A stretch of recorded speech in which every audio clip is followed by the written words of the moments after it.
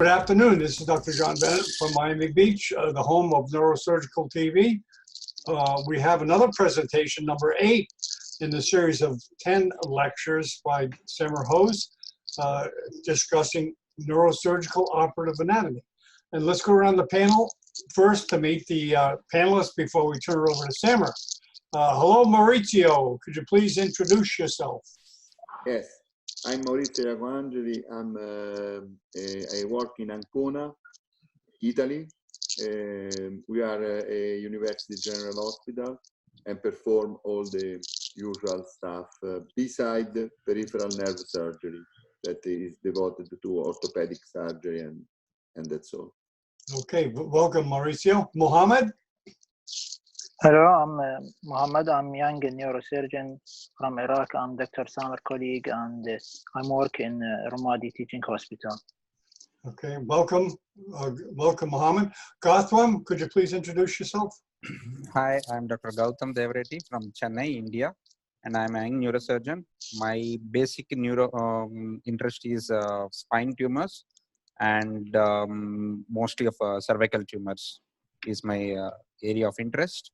And I have been practicing this. I have been practicing the trauma and other basic stuff. Very good. Welcome. And you're all welcome to do presentations if you'd like to. It sounds like an interesting thing. Okay, Dr. Kabullo, are you back yet, or are you still taking the break? Okay, Semmer, it's all yours. And thank you. Okay. Thank you for you, John, and thank you for the panelists, Dr. Mauricio, Dr. Gautam, Dr. Mohammed, and Dr. Kabullo. And I think that's one of the best things that neurosurgical TV is already did and still doing, that it gathered neurosurgeons from different backgrounds to discuss freely things. I think it will be a fruitful steps for the future. That's just a general comment, and I will start the slide sharing. Okay, John? Very good.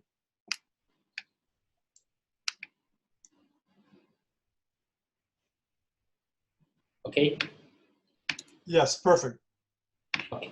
So this is lecture 8 out of 10 of the series about the neurosurgical operative anatomy, broadcasting on the neurosurgical TV. Today, topic is the day before the match. I mean, the day before the surgery, including operative video in the title because it's the main step. Nowadays, it's totally different from previous like experiences or maybe previous decades. I think before 4 decades, video are just scarce and difficult to find. So that will be our topic. I hope it will be not a long presentation. The day before the match. As always, I start my lecture with this slide. We are nothing without our teacher, and we are shamefully inferior to them if we do not advance beyond them, teacher or mentor from around the world. And today topic is the 7th because the first one was introduction. And the day before the match, that's the idea that the reality is totally different from the studying. Like until the final or the last day during residency, you are still studying. So it's more interesting and more funny to do neurosurgery. But at the moment, you will be a surgeon and a consultant practicing and take the full responsibility for the decision. It will be a totally different aspect. And at this moment, there is nobody just beside you inside a surgery like this, telling you that which structure is this and which structure is that. You get my idea? That's the main idea of this presentation, that tomorrow is the surgery. What should I do now? I should go back to the anatomy if your surgery more related to anatomy, for sure. And the next step will be a radiology. And the best combination is that the radiological anatomy of of your patient. It's totally different from the anatomy that you will find in books. You must find any radiological variation before the surgery. If the patient have another aneurysm that may, let's say, I'm always talking about aneurysm as an example because it's my practice, but it can be generalized to other topics. So let's say if it's an aneurysm, but I think before the day of surgery that I should review the whole radiology. I sometimes take the CDs of the imaging, the CT angio to review it at night because what I keep in my mind that if there is another aneurysm that may be missed during radiology, radiological report as a branching point, let's say, that will be my total responsibility. If there is an abnormality in the brain that may be related to this point, that should be I should be totally aware of that point. So this is general idea. I always want to stress this point exactly, that this view in front of you will be the view inside the surgery. There is no consultant or usually or mostly there is no supervisor just assisting you and telling you that the structure above the pointer is the carotid, the structure medial to the carotid is optic, because we are already approaching from right oriental approach. So what's this structure? So, okay, it's a brain. What part of brain? Orbital gyri. I can dissect here, yes, it's safe to dissect. Most of the blood supply of the chiasm will be coming from the lower surface of the chiasm, so usual operative corridor above the carotid and above the optic. What should I do as a next step if I am a surgeon? That's a critical question at this point. Maybe the typical answer is to go to dissect more with the carotid, reaching bifurcation, getting A1, and to continue the surgery with A1 if you are attacking or tackling anterior communicating artery aneurysm. That's the idea. Or maybe what's the pointer is about, we just said in the previous lecture, this is a thin membrane. It's called the membrane of Lilliquist or Lilliquist membrane, and just few millimeters lateral to it. I hope you can follow the pointer now.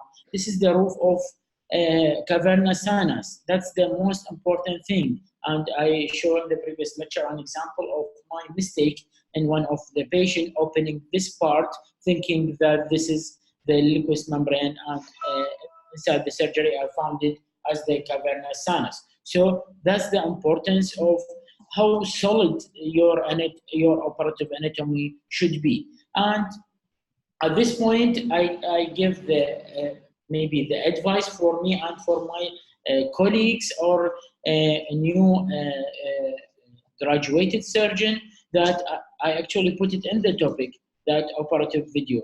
Operative video will be the most helpful assist. Actually, yes, you should review the operation, you should review your patient, review radiology, review the anatomy. That's all important, but I think the importance of operative video for very similar cases, which are totally available free on internet, on the YouTube. So I think you should seek this pathway.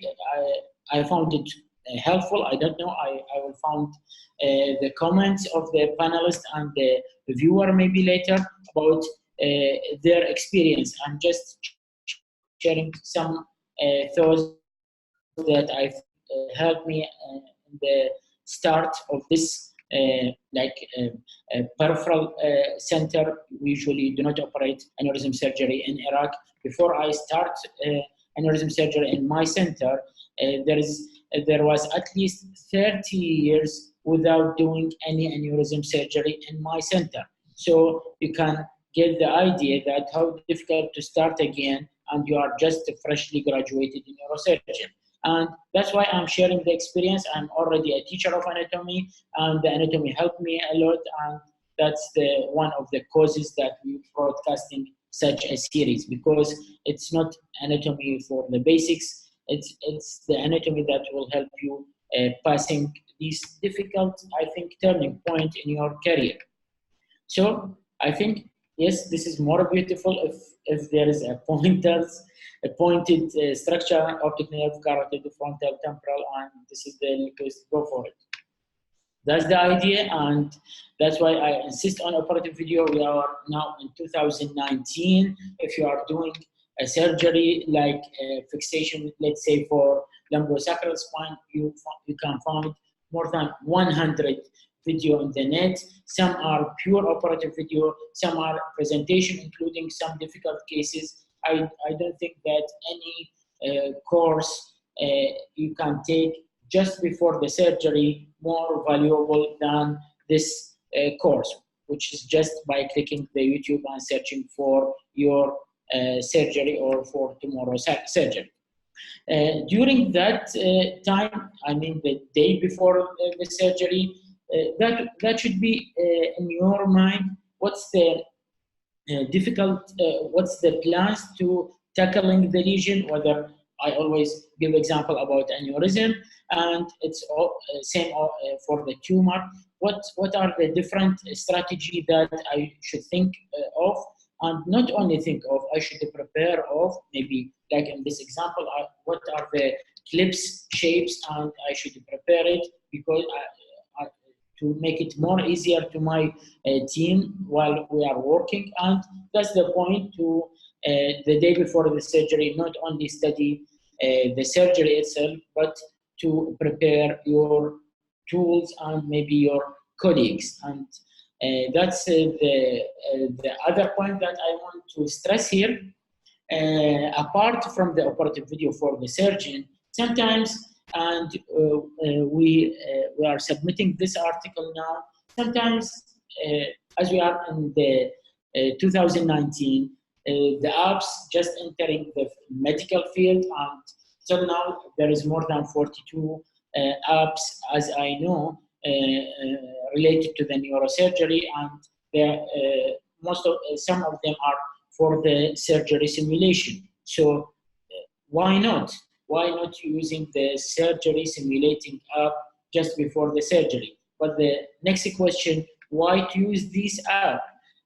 Here in this paper, we suggest that using this app may help you demonstrate the surgical step for your patient to get more confidence and to answer, to make the patient more convinced with your description of the procedure. That's a point. And another point is to make your staff, make your team oriented. So if you take your resident and just talking about the surgery, it's a good experience for sure. But I think it's a much better experience if you are talking while looking to a simulation app that will help you discussing more details. And that's point number two. Point number one is to, this app may help you describe the procedure to the family.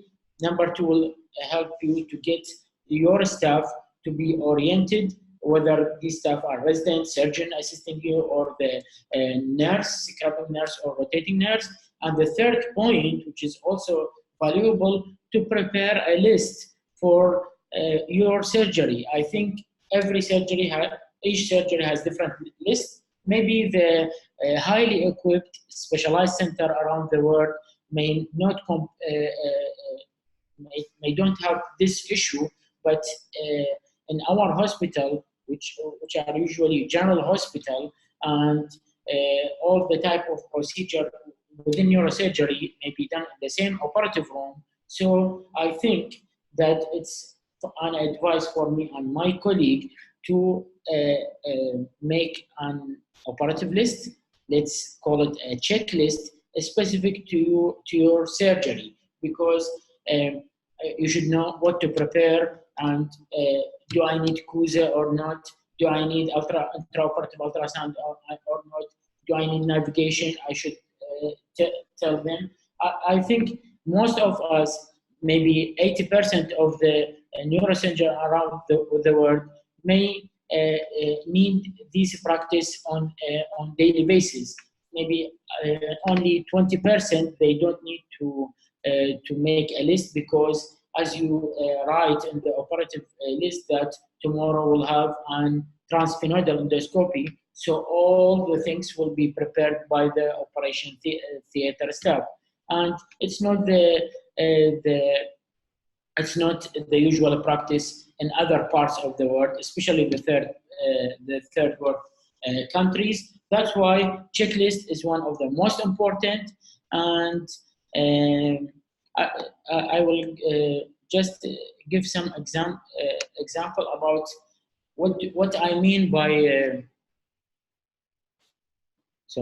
about what I mean by simulation app, especially for those not using such app. This is the Upsurgeon application for it's advocated by our friend Federico Nicolosi. He's the head of the team. I think it's very interesting that you can choose the pathology. In this example, I choose the anterior communicating artery, and here there's a description of the procedure that can be done to this artery, and you can by your iPad or by phone or iPad or tab, manipulating the anatomy, zoom in, zoom out, different angle. It's a 3D orientation, and still there is more to say about how helpful these apps.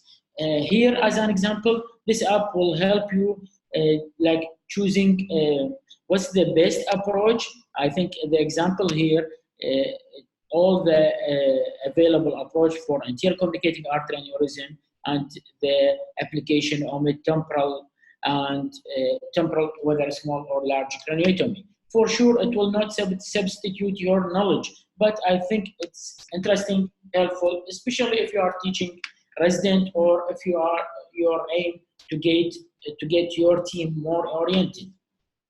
And this is how would be the operative field looks like, and where is our lesion, and where is where we should open, and why we should do some bone work to minimize traction. I think it's very, very helpful. And how to do position. It's the perfect time to discuss position with the resident just the day before the surgery, and why this angulation, why each angle. I think all answered by this green spot. This is the lesion, the aneurysm, and why we are doing that. And this is the proposed surgical, the proposed craniotomy. And maybe I can skip this step. Maybe these are very primitive step for the resident, just for the first days, and even the drilling of the deroofing of the like flattening of the orbital roof and something like this structure. Now opening the dura frontal. This is the orientation that caused delay of learning for some resident. I think it will be solved or helped to solve by such structure. And at this point, you can proceed more in the procedure. And even you can open by your hand in the tab, the frontal, this is splitting of the sylvian and getting down. Yes, these are the structure that we will face tomorrow. And that will be the location of recurrent artery opener just above the A1, emerging from A1, A2 junction. I think it's more clear now how beautiful teaching may be. Okay, including all the steps, different orientation. You can choose whatever you want, whatever direction, and also naming structure, and even the closure steps and closure. And I think it will be a nice assisting tool. So, getting to maybe the last point of this lecture, we are discussing the day before the surgery. So first of all, we discuss the videos and the importance of operative videos available online. And the second point, the second part, we discuss the apps and how we can make use of the apps during surgery. And here I put the WHO, the World Health Organization, suggested surgical safety checklist for neurosurgery in general. So I think for all of us, this should be included during on the daily basis. As I know, many centers don't do that, and including my center, there is no stop time breakout to enumerate the checklist. If it's not already done, it should be included that before induction of anesthesia, then before skin incision, and before patient leaves the operating room. If the surgery is complicated, I think you will find the importance of these. Sometimes during aneurysm surgery, we ask ourselves at the last step, did we miss something? Did we give a papaverine or not? Did we like this question? It will all solved by using a perfect checklist. This checklist may be a general. That's why this article, I think it's a nice one from Nepal, modified surgical safety checklist, a must to avoid disaster in neurosurgical procedure. Their idea is to modify the WHO surgical safety checklist to be more specific to the neurosurgical trauma.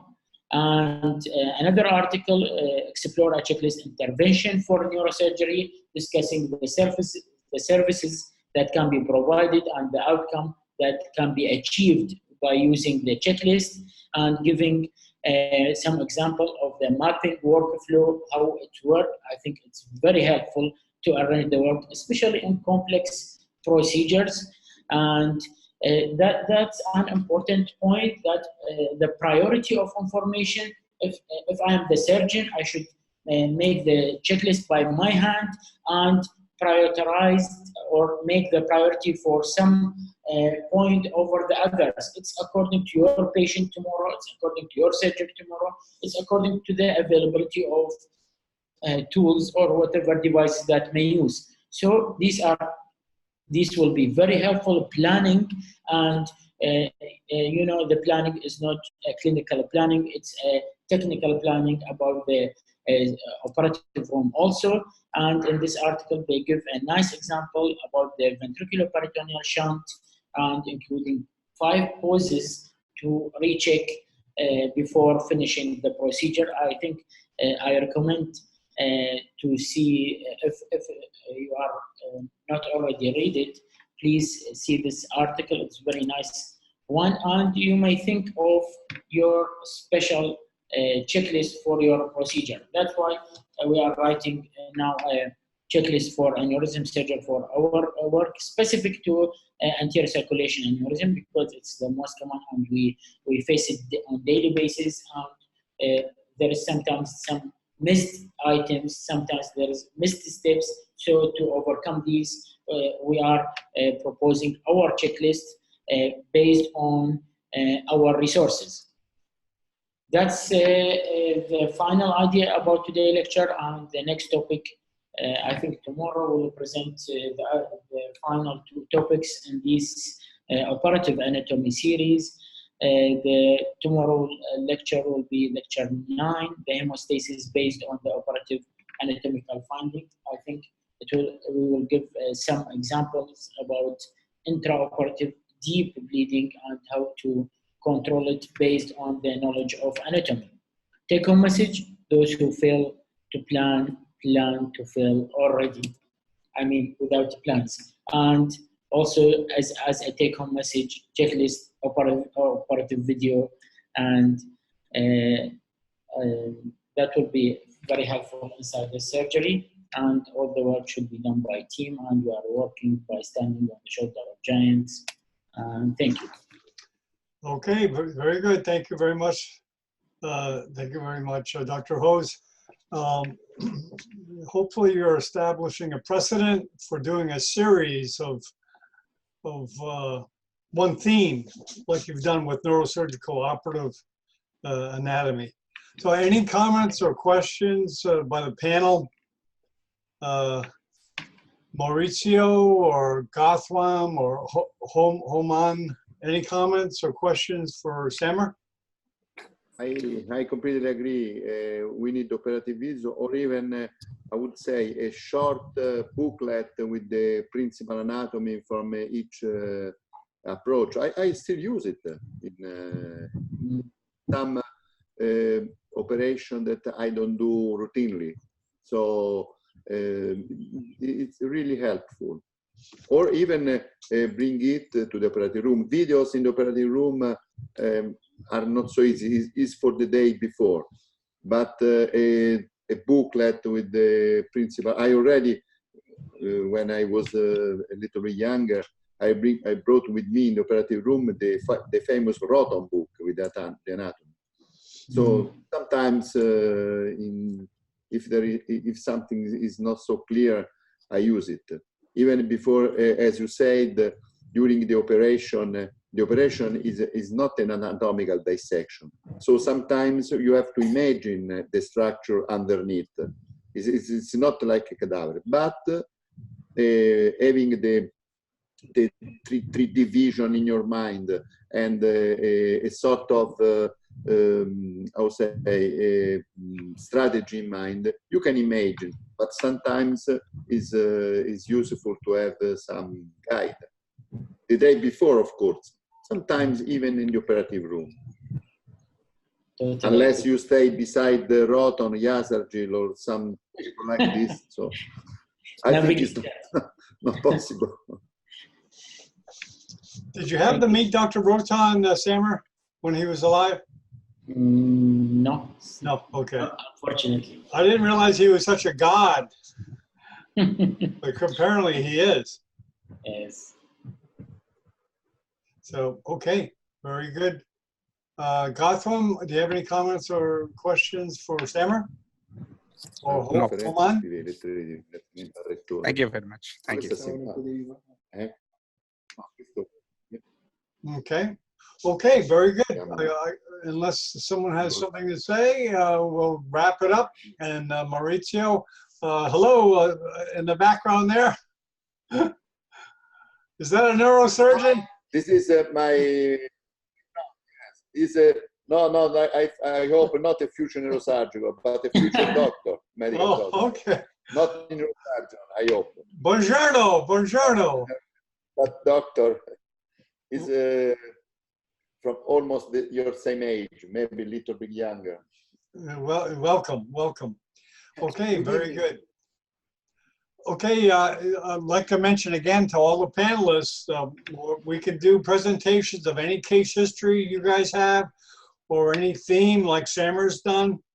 We're certainly open to neurosurgery education and all areas. So just let us know. And Samer, thank you very much. Tomorrow we'll continue with 9 and 10, correct? Yes. Yeah, let me get that graphic up if I can. This is my job. Let's see here. Let me get a couple of yours. Okay, hold on, Sarah. Let me put it up on the screen. Okay. Now I get to do some screen sharing here. Okay.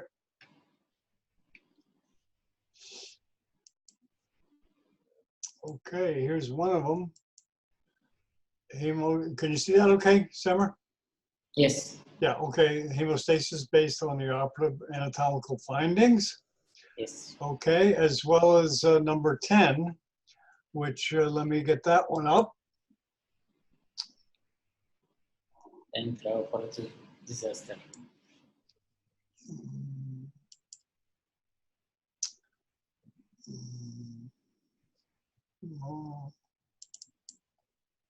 Number 10. Okay, you can see that okay, Samer? No. No, you can't? Okay, let me stop share and try again. I'll get that up. You got to improve on production. Okay, can you see it okay? You still can't see it? Yes, it's okay. Okay. Colorful and geometrical operative anatomy, number 10. Yes, but I. Okay, and that'll be at the same time, at 6 o'clock Iraq time. No, it's. Is it at is it 6 I o'clock tomorrow night, Iraq time? Lecture 9. Same time. Okay. Okay, very good. Yes, same Thanks. time. Same time. Okay. Thank Thanks you very everyone for coming. At 6. Yeah. Thanks everyone for coming, and we'll wrap this up. So, adieu.